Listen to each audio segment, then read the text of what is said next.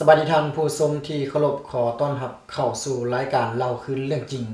ซึ่งทางรายการเราคือเรื่องจริงของพวกเราก็ได้นำเอาเรื่องราวต่างๆมานำเสนอให้แก่บรรดาท่านได้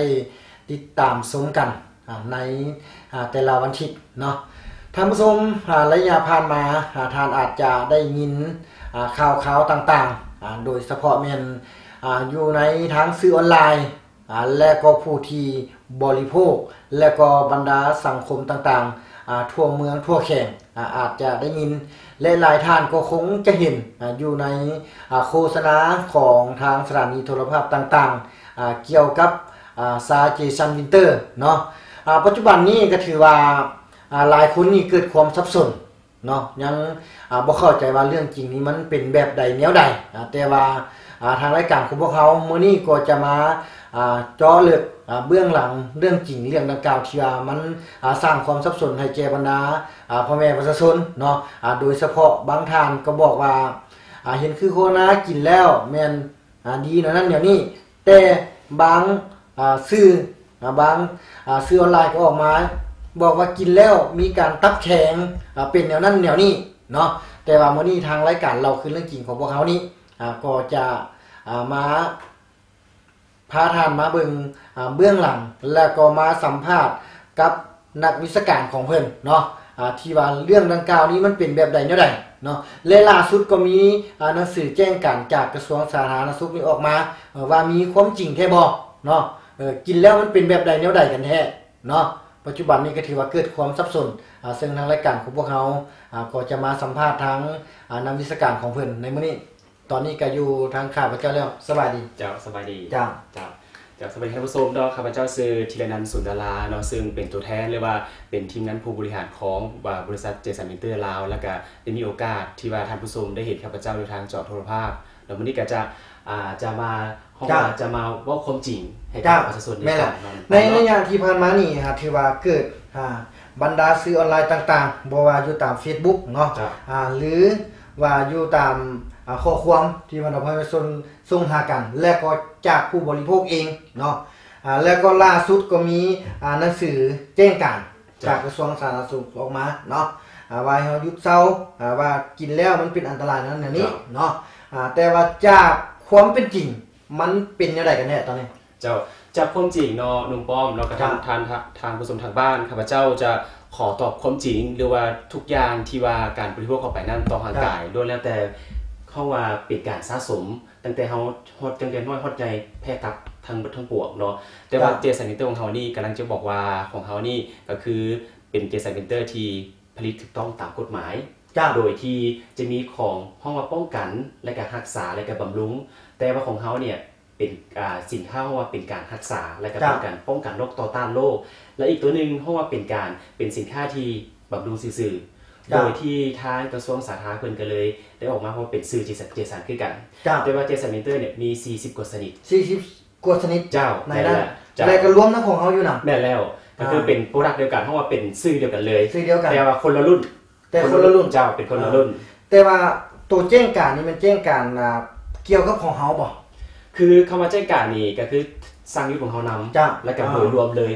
ห้องว่าเป็นการป้องกันไว้ก่อนแก้เจ้าเป็นการป้องกันไว้ก่อนแก้เพื่อว่าให้พ่อแม่พี่น้องเนี่ยไปซื้อของที่บ่ดีมาบริโภคแบบผิดๆแล้วก็มาทำให้ร่างกายเจ้าแสดงว่าในปัจจุบันนี้มันมีทั้งของเฮา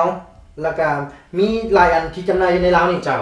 มีทั้งของเฮาเนี่ยมีของห้องว่าของก๊อปปี้ของห้องเฮียนแบบเจ้ามีของแล้วเฮาได้ฮู้ได้จังได๋ว่ามีของนอกเฮียนแบบกับของเฮาเพราะว่าเขาจะมีห้องว่ามีทะเบียนการค้ามีรหัสของสินค้ามีล็อตของสินค้าอยู่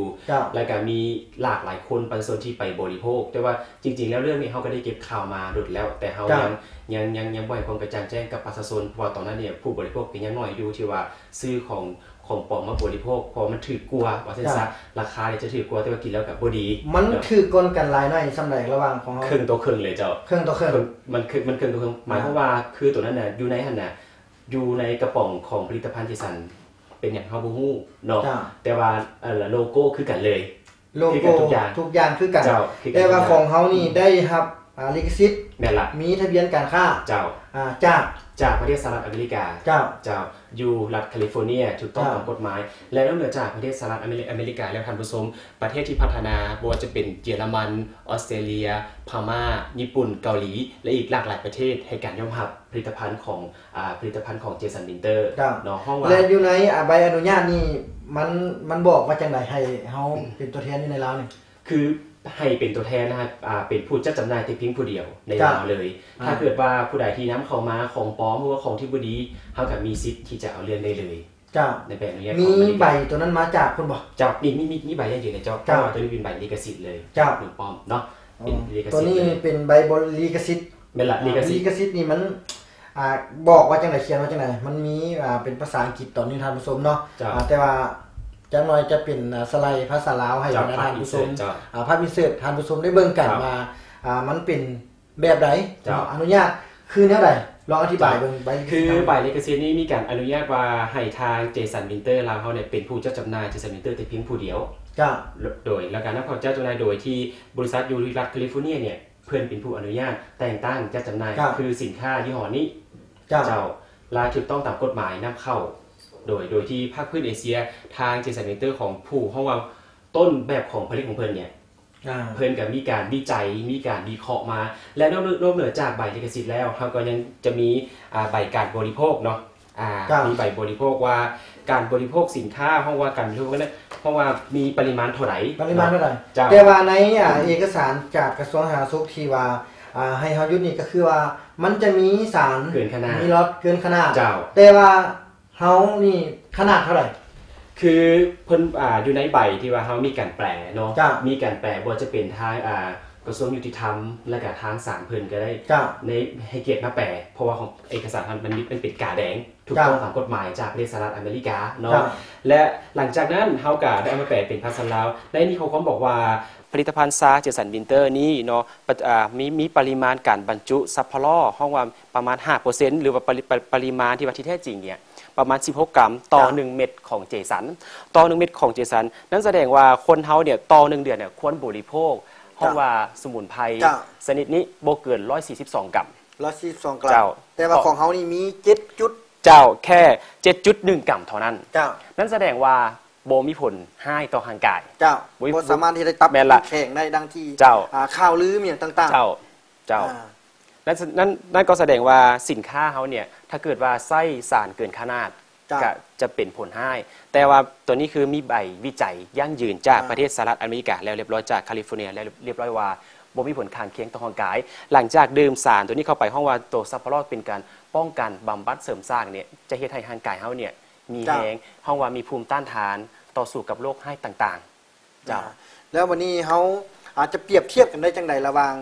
ของเฮาเนาะคือว่าของเฮาที่สั่งจากอเมริกาโดยตรงที่ผลิตจากพุ่นแล้วก็ตรงเข้ามาลาวเลยโดยที่บ่ได้ผ่านประเทศอื่นโดยที่เข้ามาโดยตรงผลิตอยู่พุ่นแล้วตัวนี้สัมเพาะใช้อยู่ในลาวแล้วก็เป็นผลิตภัณฑ์ของเฮาที่เฮาได้รับลิขสิทธิ์ที่ว่านำเข้าถูกต้องตามกฎหมายที่ว่าบริษัทที่ผลิตอยู่ที่สหรัฐอเมริกาเนาะห้องว่ามีการเปรียบเทียบเป็นบ่หรือว่ามีการเบิ่งของแท้ของบำรุงเป็นบ่หรือว่าจังได๋โอเคเฮาจะมันแตกต่างกันอยู่บนใดถ้าว่าสิ่งดังกล่าวมันมีการลอกเลียนแบบมีของปลอมมามีเฮาจะฮู้ได้จังได๋มันแตกต่างกันอยู่บนใดมีเครื่องผลิตเดี๋ยวขออนุญาตเนาะลุงป้อมเนาะขออนุญาตเลยนี่อันนี้ก็จะเป็นผลิตภัณฑ์เจสันวินเตอร์ท่านผู้ชมที่ว่าได้รับลิขสิทธิ์ถูกต้องตามกฎหมายและสิ่งที่สำคัญคือได้รับห้องว่ามีอย.จากกรมอาหารและยาของกระทรวงสาธารณสุขเจ้าท่านผู้ชมนี่คือเป็นเครื่องหมายการค้าห้องว่าเครื่องหมายอนุญาตเกี่ยวกับการบริโภคท่านผู้ชมและวิธีการสังเกตน้องนุ่มป้อมเนาะคือของบำรุงหรือว่าของที่ว่าคนกินเข้าไปแล้วร่างกายยังแบบซื่อๆยังบ่ดีขึ้นก็จะมีโลโก้คำว่าเจสันคือกันแต่สิ่งที่แตกต่างคือสิ่งที่แตกต่างก็คือกระป๋องเพิ่นเนี่ยจะน้อยกว่าของเฮาแล้วก็จะยาวจ้อยกว่าของเฮากระป๋องน้อยยาวตู้ใหญ่คือกันมันมีบอกกระป๋องใหญ่ของก็มีคือกันมีคือกันมีคือกันแต่ว่าสติกเกอร์ก็จะต่างกันอันนี้คือ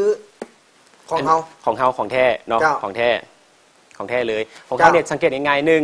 จะมีภ ภาษาลาวออยภาษาลาวเจ้าลัสติกเกอร์เนี่ยจะจืดๆเราจะโบเค็มแบบนี้เนาะและสิ่งที่สำคัญดาวเขียวของเขาเนี่ยจะมีอยู่ 2-3 สั้นแต่ของเจ้ามีแค่สั้นเดียว2 4 6 5เจ้า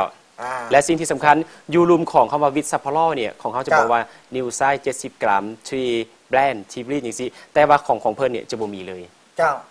ตัวนี้เป็นสติกเกอร์ห้องว่าพิมพ์ออกอะไรแต่ว่าตัวนี้ของเขาได้รับลิขสิทธิ์ในการพิมพ์ในการผลิตเจ้าแต่ว่าคันถามว่าคนที่บริโภคคนที่ซื้อแต่ว่าตัวนี้เขาบ่ฮู้ว่าสรรพคุณจังได๋บ่ฮู้เลยบ่ฮับฮ้องบ่ฮับฮ้องเจ้าอันนี้คือเฮาได้มีโอกาสหลังจากที่เฮาได้รับการแจ้งมาจากพ่อแม่ประชาชนที่ว่าให้การบริโภคแล้วก็เจสันตัวนี้ของเฮาห้องว่าได้รับใช้พ่อแม่ประชาชนเนี่ยทั่วประเทศแล้วเคยได้ยินบ่เวลาประชาชนนี่ที่ว่าเขาเจ้ากินแล้วเขาเจ้าโทรมาเฮาว่ามันเกิดอาการแนวนั้นแนวนี้อาการข้างเคียงมีอาการข้างเคียงมีคือมีการปรับเลือดปรับเม็ดเลือดขาวให้กลายเป็นเม็ดเลือดแดงเกล็ดเลือดเพราะว่าเป็นการปรับบำบัดเลือดพยาธิต่างๆหลังจากแต่ว่ามันมีคนซื้อตัวนี้ไปของโรคเลี้ยงแบบนี้ไปกินแล้วเขาเจ้าเคยโทรเข้ามาบริษัทเนาะบอกว่าเคยเอาตัวนี้เข้ามาห้องฟ้องเลยลุงป้อมห้องฟ้องหมายความว่ามากินปุ๊บหลังจากมาเปิดปุ๊บสินค้าในเนี่ยจะสีบ่คือของเขาเลยจะเป็นสีดำคือลักษณะกาแฟที่ต้มแล้วขี้กาแฟขออนุญาตเนาะคือขี้กาแฟเลยเจ้าเป็นสีดำมาเลยเป็นสีดำเลยและสิ่งที่สำคัญเวลากินแล้วเนี่ยจะขออนุญาตจะถอกท้องเฮ็ดให้ท้องนี่เจ็บท้องเลยมีคนมาบอกว่ากินแล้วมันถอกท้องของเจ้านี่จับมาบริษัทเฮาของตัวนี้นี่แม่นแล้วเฮาก็บ่ได้รับการการันตีเฮาก็บอกว่าเจ้าไปซื้ออยู่ไสเอาไปคืนอยู่หั่นแล้วตัวนี้นี่ที่ว่าเฮานี่เฮาได้มาจากไสเจ้าท่านผู้ชมก็ขออนุญาตบอกเลยเนาะตัวนี้จริงๆแล้วเนี่ยคือเจสันเมนเตอร์ของพวกเฮาเนี่ยห้องว่าได้รับใช้พ่อแม่ประชาชน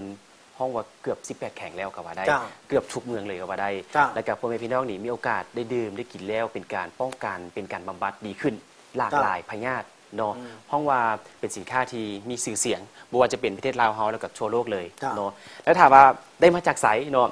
ถ้าเกิดสินค้าดังแล้วหนุ่มป้อมดังแล้วยังบ่พอต้องมีคนที่อยากเกาะกระแสดังตามเฮามาเฮ็ดจังได๋จะให้ดังจะได้ขายเพราะเฮามีการโฆษณาเนาะราคาถูกก่อนแต่ทางไหนเป็นหยังเฮาบ่ฮู้เพราะบริพารอย.จากประเทศใดเลยบริพารอย.จากบ้านเฮา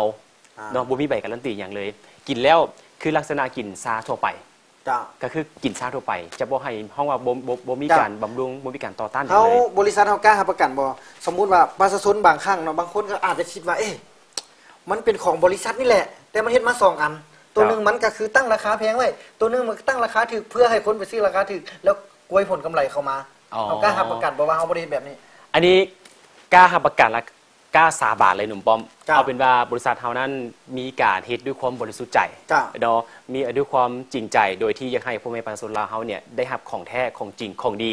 ถ้าบ่แท้บ่ดีบ่จริงเฮาบ่มาจัดจำหน่ายเพราะว่าอย่างพ่อพี่น้องประชาชนลาวคนที่เจ็บป่วย